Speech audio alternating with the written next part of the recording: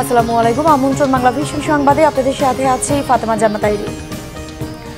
জাতিসংঘ মহাসচিব Antonio Guterres বলেছেন, রোহিঙ্গাদের খাদ্য নিরাপত্তার সবকিছু করবে জাতিসংঘ।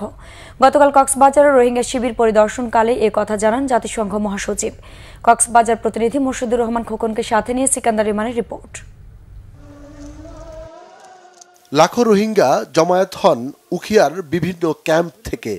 জাতিসংঘের মহাসচিব অ্যান্তোনিও গুতেরেসের আগমন উপলক্ষে প্রধান উপদেষ্টা ডক্টর মোহাম্মদ ইউনুসের সৌজন্যে ইফতারের আয়োজন করা হয় সেখানে। এর আগে রোহিঙ্গা ক্যাম্প ঘুরে দেখেন জাতিসংঘ মহাসচিব। রোহিঙ্গা লার্নিং সেন্টার, রোহিঙ্গাদের সাংস্কৃতিক কেন্দ্র ও পাটজাত পণ্যের উৎপাদন কেন্দ্র পরিদর্শন করেন তিনি। রোহিঙ্গা শিশুদের সাথে কথা বলেন জাতিসংঘ মহাসচিব। এ সময় শিশুরা তাদের বিরুদ্ধে হওয়া মানবতা বিরোধী অপরাধ ও গণহত্যার বিচার দাবি করেন। সেই সাথে উচ্চশিক্ষার নিশ্চয়তাও চান রোহিঙ্গা শিশুরা। এ সময় জাতিসংঘ মহাসচিব জানান, নিজ ভূমিতে ফিরে যাওয়ার আকুতি জানিয়েছেন বাস্তুচ্যুত রোহিঙ্গারা।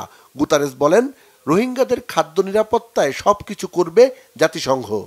And that the rights of the Rohingyas are respected, that discrimination and persecution like the one that we witnessed in the past will end.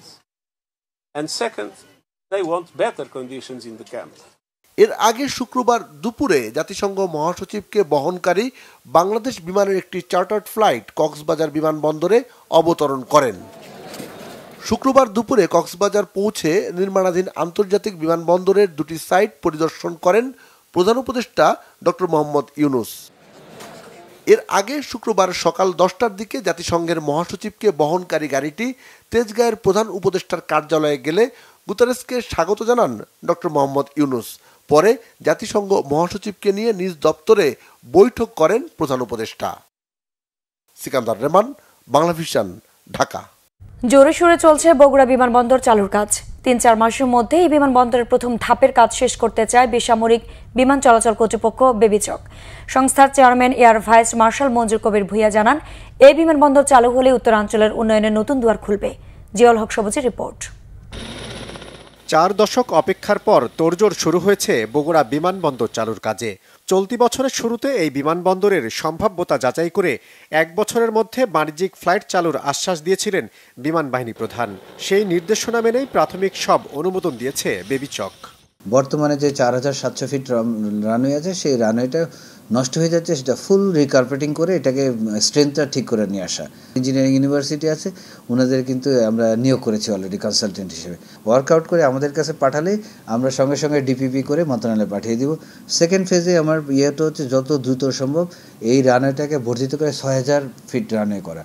তাহলে আমরা সৈয়দপুরের মতো আমাদের কমার্শিয়াল ফ্লাইটগুলো অপারেট করতে পারবো। -8 যেগুলো যাচ্ছে আমরা অপারেট করতে পারবো। থার্ড ফেজে হয়ে যাবে এটা 8000 feet long runway, and fourth ফেজে হয়ে যাবে 10000 feet runway. This is what is our plan, এবং আমরা দ্রুত করতে চাই। ফার্স্ট ফেজ আমি আপনাকে কথা দিচ্ছি, বাই জুন-জুলাইয়ের ভিতরে আমার ফার্স্ট ফেজ শেষ হয়ে যাবে।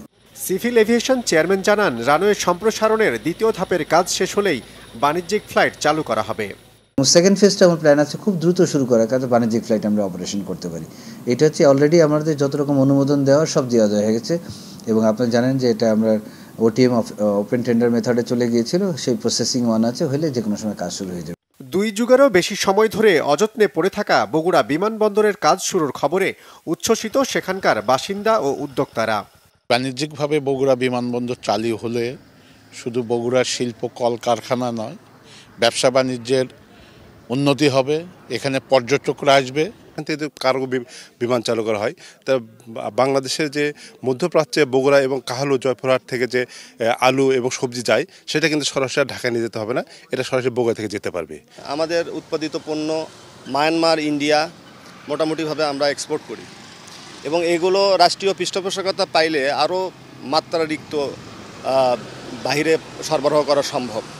বন্দরটিকে আন্তর্জাতিক মানের করতে রানওয়ের দৈর্ঘ্য 10,000 ফুটে উন্নীত করে নেপাল, ভুটানের সঙ্গে ব্যবসার প্রধান হাব হিসেবে গড়ে তোলা হবে বগুড়া বিমানবন্দর। জিয়াউল হক সবুজ, Bangla vision, Dhaka. Ukraine Russia যুদ্ধ দ্রুত শেষ হবে বলে আশা প্রকাশ করেছেন মার্কিন প্রেসিডেন্ট ডোনাল্ড ট্রাম্প। বৃহস্পতিবার সন্ধ্যায় মস্কোতে প্রেসিডেন্ট পুতিন ও মার্কিন রাষ্ট্রদূত স্টিভ উইটকফের মধ্যে অনুষ্ঠিত বৈঠকের পর ট্রাম্প এ মন্তব্য করলেন। ওই বৈঠকের পর ক্রেমলিন জানিয়েছে শান্তি প্রক্রিয়ার জন্য উভয় পক্ষই সতর্ক আশাবাদ ব্যক্ত করেছে। ট্রাম্প তার সামাজিক যোগাযোগ মাধ্যম ট্রুথে এক পোস্টে লিখেছেন, ওই আলোচনা শেষ পর্যন্ত ভয়াবহ ও রক্তক্ষয়ী যুদ্ধের অবসান ঘটানোর ভালো সুযোগ এনে দিয়েছে। তবে ইউক্রেনের প্রেসিডেন্ট ভলোদিমির জেলেনস্কির অভিযোগ, পুতিন যুদ্ধ চালিয়ে যাওয়ার জন্য আলোচনা বিলম্বিত করার চেষ্টা করছেন। এই সপ্তাহের শুরুতে ইউক্রেন যুক্তরাষ্ট্রের দেয়া যুদ্ধবিরতি প্রস্তাবে রাজি হয়েছে, তবে রাশিয়া এতে রাজি হতে নানা কঠিন শর্ত জুড়ে দিয়েছে। ক্রিকেট। মাহমুদুল্লাহ, মুশফিক, তামিমদের ঘাটতি সহজে পূরণ হবার নয়, পরিকল্পনার ভুলের কারণে তৈরি হয়নি বিকল্প, মনে করেন ক্রিকেট সংগঠকরা। দেখেছি যারা যারা যথেষ্ট যোগ্যতা রাখে জাতীয় দলে খেলা, এবং আমরা যদি মিডিয়াতেও দেখি বা আপনাদের আলাপ আলোচনায় দেখি, অনেকের কথাই উঠে আসে যে ও কেন দলে নেই, ও কেন দলে নেই, সেই নিয়ে অনেক তর্ক বিতর্ক হতে দেখি। এর মানেই হচ্ছে যে যারা চলে যাবে তাদের রিপ্লেসমেন্টও আমাদের হাতে আছে। এখন ব্যাপারটা হচ্ছে যে ইন্টারন্যাশনাল ক্রিকেট ওরা ঠিক কেমন করবে এটা আগে থেকে বলাটা খুব মুশকিল, কিন্তু ওদের যতটুকু আমরা দেখছি তাতে মনে হচ্ছে যে ওরা হয়তো কোপ করতে পারবে, হতে পারে একটু সময় লাগতে পারে। আমাদের ব্যাকআপে অনেক কোয়ান্টিটি আছে, বাট কোয়ালিটির সংখ্যা খুবই কম। বাট আমি মনে করি যে বাংলাদেশে অনেক ট্যালেন্ট প্লেয়ার আছে। তৈরিদের কথা যদি বলেন, অনেকের কথা বলেন, আমার কাছে মনে হয় খুবই ট্যালেন্টেড প্লেয়ার। বেশ কিছু প্লেয়ার আমার কাছে মনে হয় যে তারা তাদের জায়গাগুলো পূরণ করতে পারে না। দর্শক, ছিল এখনকার মতো। পরের সংবাদ বেলা 12টায় দেখার আমন্ত্রণ রইল। এছাড়া বাংলা ভিশন সংবাদ ও সংবাদ সংশ্লিষ্ট অনুষ্ঠান দেখতে ভিজিট করুন www.bvnews24.com ও facebook.com/banglavisionnews এবং সাবস্ক্রাইব করুন youtube.com/banglavisionnews। ধন্যবাদ।